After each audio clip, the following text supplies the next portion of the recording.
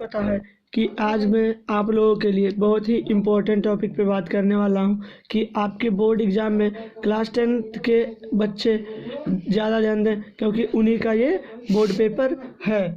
यानी आप लोगों के हाई स्कूल के बैच में जो हिंदी का पेपर आप लोगों का आने वाला है बोर्ड एग्ज़ाम में, उसके लिए ये पेपर है। यानी 100 में से 95% ये गारंटी है कि यही पेपर आएगा। जैसा कि अगर अभी तक आपने हमारे यूट्यूब चैनल को लाइक, सब्सक्राइब और कमेंट शेयर नहीं किया है तो जल्द से जल्द कर दीजिए और वीडियो को स्टार्ट करते हैं। जैसे हम लोगों को पता है कि 20 नंबर का हमारा OMR पे आता है, यानी अब ये OMR वाला है, यानी इन सब पर एक एक नंबर आपको मिलेंगे। यानी अब पहला क्वेश्चन बोल रहा है शुक्ल युग की कालावधि है, यानी शुक्ल युग कब से कब तक चला, तो ये चला है 1919 से लेकर 1938 तक। कब तक चला है? 1919 से लेकर 1938 तक। अब आ जाता है दूसरा क्वेश्चन हमारा, कलम का सिपाही के लेखक हैं। इसके लेखक हैं हमारे अमृत राय। कौन है? अमृत राय। मेरी असफलताएं किस विधा पर आधारित है, तो ये है आत्मकथा। कौन सी विधा है? आत्मकथा। रस मीमांसा के लेखक हैं, तो अब ध्यान देना है, इसके लेखक हैं आचार्य रामचंद्र शुक्ल। यानी आप लोग इसे नोट करते रहिए, यानी ये बहुत इम्पोर्टेंट क्वेश्चन है, यही आपके बोर्ड एग्जाम में आने वाला है। चलिए फिर, ठूठा आम किसकी रचना है, तो यह है भगवत शरण उपाध्याय की। किसकी है? भगवत शरण उपाध्याय की। निम्नलिखित में से रीतकाल की कालावधि है, तो यह है हमारा 1643 से लेकर 1843 ईस्वी तक। साकेत महाकाव्य की रचना किसने की है, तो इसके रचनाकार है मैथिली शरण गुप्त। यानी ये सब बहुत इंपॉर्टेंट क्वेश्चन है, आप लोग ज़्यादा से ज़्यादा इसे ध्यान दीजिए और हमारे यूट्यूब चैनल को सब्सक्राइब जरूर कर लीजिए, ताकि मैं आप लोगों के लिए सभी सब्जेक्ट का पेपर लाने वाला हूँ। यानी सारे सब्जेक्ट का पेपर मेरे पास है जो बोर्ड एग्जाम में आने वाले हैं, इसलिए आप लोग ज्वाइन हो जाइए हमारे यूट्यूब चैनल से, ताकि आपके पास सबसे पहले हमारा वीडियो पहुँचे। फिर आ जाता है प्रिय प्रवास किसकी रचना है, तो ये है हरिओध की। चिदम्बरा किसकी रचना है, तो यह है सुमित्रानंद पंत की। अब उसके बाद में आ जाता है कुमकुम किस विधा की रचना है, तो यह है कविता संग्रह की। किसकी? कविता संग्रह की। हंसी हंसी भाजे देख दुल्हा दिगंबर को, पाहुंजे आवे हिमाचल के उछाह में। निम्नलिखित में से कौन सा रस है, तो इसमें है हास्य रस। हरिजन्नी में बालक तेरा पंक्ति में कौन सा अलंकार है, तो इसमें है रूपक अलंकार। सुनत सुनत सुमंगल बैन मन प्रमोद तन पुलक भर, शरद सरोह नैन तुलसी भरे स्नेह जल। इन पंक्तियों में दूसरे और चौथे चरण में कितनी कितनी मात्राएं हैं, तो इसमें है 13 मात्राएं। कितनी? 13 मात्राएं। अपमान शब्द में उपसर्ग है। उपसर्ग यानी हमेशा आगे जो शब्द लगता है, तो इसमें अपमान में उपसर्ग है अप। क्या है? अब आता है सजावट। शब्द में प्रत्यय है, तो प्रत्यय हमेशा पीछे लगते हैं, यानी सजावट, यानी वट पीछे आ रहा है ना, तो यानी यही वट क्या है, इसमें प्रत्यय है। नवरत्न में कौन सा समास है, नवरत्न में हमारा द्विगु समास है। कौन सा समास है? द्विगु समास। परस्तर शब्द का तद्भव शब्द होगा, तो परस्तर मतलब सबको पता है कि पत्थर होता है। क्या होता है? पत्थर होता है। इत्यादि का संधि विच्छेद है। इत्यादि का संधि विच्छेद होता है इति धन आदि। क्या होता है? इति धन आदि। फला नाम रूप है फल शब्द का, यानी फला नाम कौन सा रूप है और कौन सी विभक्ति के अंतर्गत आता है, तो ये आता है षष्ठी विभक्ति बहुवचन। क्या आता है? षष्ठी विभक्ति बहुवचन। हसेयम रूप है हस धातु का, तो ये हमारा है विधिलिंग लकार उत्तम पुरुष एक वचन। क्या है? एक वचन। अब हमारा खंड का खत्म हो गया, अब आता है खंड बा। अब इसको आप लोगों को एक OMR मिलेगा, OMR पे आप लोगों को ध्यान से पूरा सब चीज़ अनुक्रमांक नाम सब चीज़ भरना है, ताकि उसमें मिस्टेक मत कीजिएगा।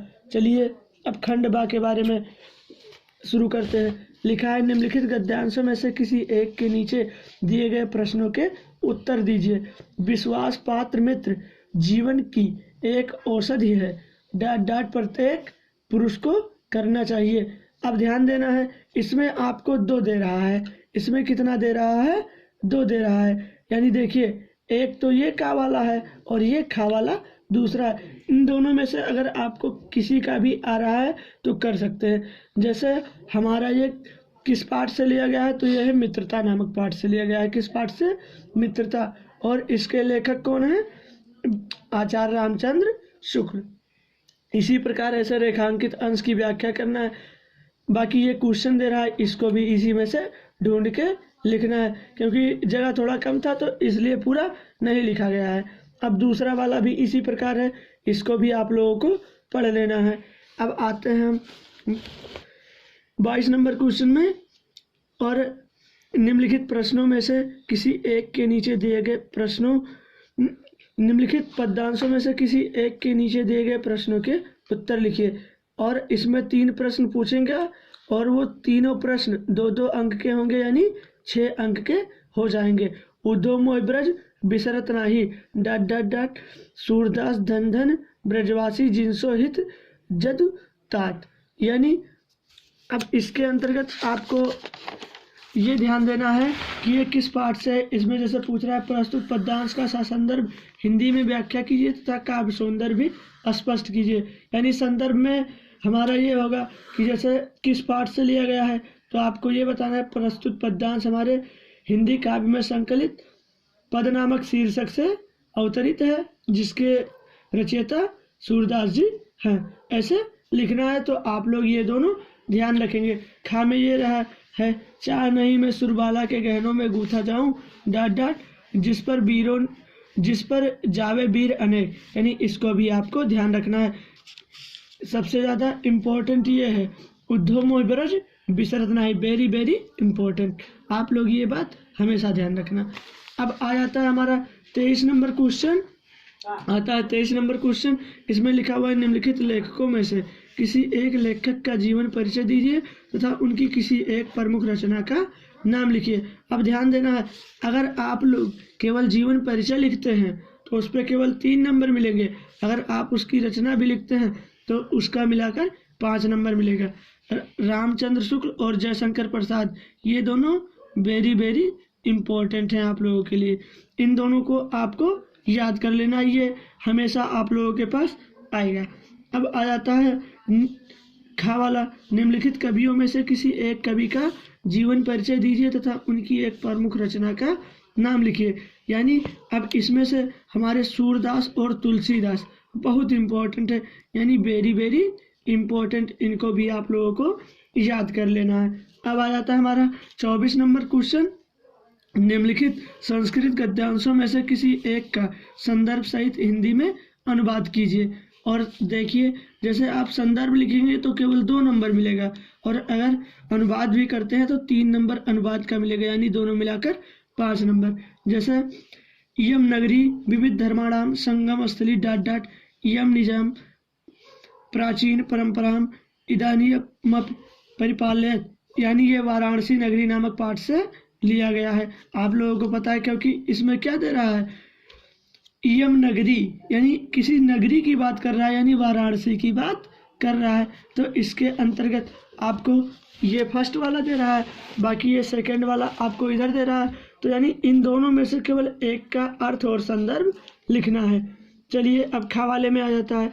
निम्नलिखित संस्कृत पद्यांशों में से किसी एक का संदर्भ सहित हिंदी में अनुवाद कीजिए।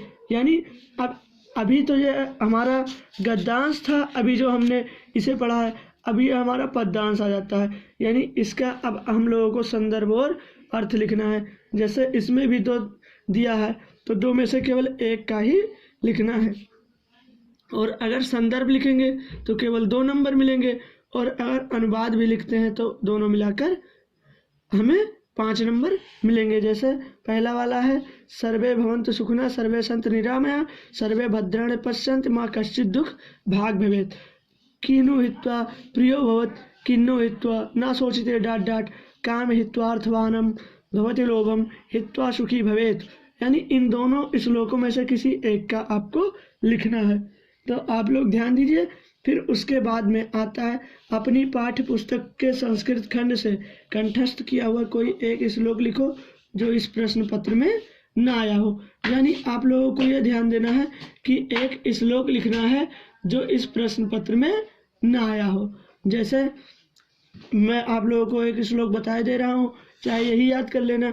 जैसे आता है, रे रे चातक सावधान मनसा मित्र शरम अम्बोधा भाव बसंत गगने सर्वे अप नेता दृश्य। यानी ये श्लोक हमारा हो गया कंप्लीट। अब नीचे आता है घा वाले में, इसका आपको 2 नंबर मिलेंगे। निम्नलिखित में से किन्हीं 2 प्रश्नों के उत्तर दीजिए, संस्कृत में लिखिए। अब यानी एक एक प्रश्न तुम्हें 2-2 नंबर देंगे। अब 4 प्रश्न देंगे तुम्हें, चारों में से केवल 2 का ही आंसर लिखना है। जैसे वाराणसी नगरी केशाम सिंगम स्थली वीरा केन पूज्यते कुत्र मरणम मंगलम भवत पदेन बिना किम दूरम याति। यानी ये सब आपको ध्यान रखना है और चारों में से केवल 2 का ही लिखना है। अगर आप चारों लिखते हैं तब भी आपको 4 ही नंबर मिलेंगे, और 2 लिख रहे हैं तब भी आपको 4 ही नंबर मिलेंगे। अब उसके बाद में हमारा आ जाता है 25 नंबर, निम्नलिखित विषयों में से किसी एक विषय पर निबंध लिखिए। यानी स्वदेश प्रेम, देश प्रेम, अपने देश से प्रेम, नारी शिक्षा का महत्व, ये वेरी इंपॉर्टेंट है आप लोगों के लिए। प्रदूषण की समस्या और समाधान, ये तो वेरी इंपॉर्टेंट है। यानी देखिए, जैसे प्रदूषण के बारे में हिंदी में भी पूछा जाता है और इंग्लिश में भी पूछा जाता है, इसलिए आप लोग अगर हिंदी में याद कर लेते हैं तो वो इंग्लिश में भी आपके फायदेमंद रहेगा। अब आ जाता है छात्र और अनुशासन। यानी अब ये आप लोगों से रिलेटेड है, यानी आप लोग किस प्रकार रहते हो और आपका डिसिप्लिन कैसा होना चाहिए, इसके बारे में आप लोगों को लिखना है। और जनसंख्या वृद्धि की समस्या, ये भी वेरी इम्पोर्टेंट है, क्योंकि ये हिंदी और इंग्लिश दोनों में पूछा जाता है। अब आ जाते हैं हमारा लास्ट क्वेश्चन, स्वपठित खंड काव्य के आधार पर निम्नलिखित प्रश्नों में से किसी एक खंड के प्रश्नों के उत्तर लिखिए। यानी आप लोगों को केवल एक ही लिखना है। जैसे मैंने केवल ज्योत जवाहर खंड काव्य के आधार पर जवाहरलाल नेहरू का चित्रण कीजिए। अब ध्यान दीजिए, ज्योत जवाहर खंड काव्य के प्रमुख नायक कौन है? जवाहरलाल नेहरू हैं। तो इनके बारे में आपको अपने शब्दों में लिखना है, और वो भी कम से कम 80 शब्दों में होना जरूरी है। या फिर ज्योत जवाहर खंड काव्य की कथा वस्तु अपने शब्दों में लिखिए। यानी इसको अपने शब्दों में लिखना है ज्योत जवाहर के बारे में, यानी पंडित जवाहरलाल नेहरू के बारे में। यही हमारा बोर्ड एग्जाम का हाई स्कूल का पेपर है। अगर पसंद आया हो तो हमारे यूट्यूब चैनल को सब्सक्राइब कर लीजिए और लाइक कमेंट जरूर कीजिए, क्योंकि मैंने पहले भी आपको बताया है कि मेरे पास सारे विषय के पेपर मौजूद हैं बोर्ड में आने वाले प्रश्नों के। यानी आप लोग ध्यान दें कि बोर्ड में आने वाले सभी प्रश्नों को मेरे पास हैं, तो यानी उनका मैं इसी प्रकार क्वेश्चन और आंसर बनाकर आपके पास पेश करूंगा। यानी आप लोग जब मुझसे जुड़ जाएंगे, सब्सक्राइब कर लेंगे, तो ऑल नोटिफिकेशन पर हो जाएगा, तो यानी हमारा वीडियो सबसे पहले आप तक पहुंचेगा। मैं विनय करसोतन इन्हीं शब्दों के साथ जय हिंद जय भारत।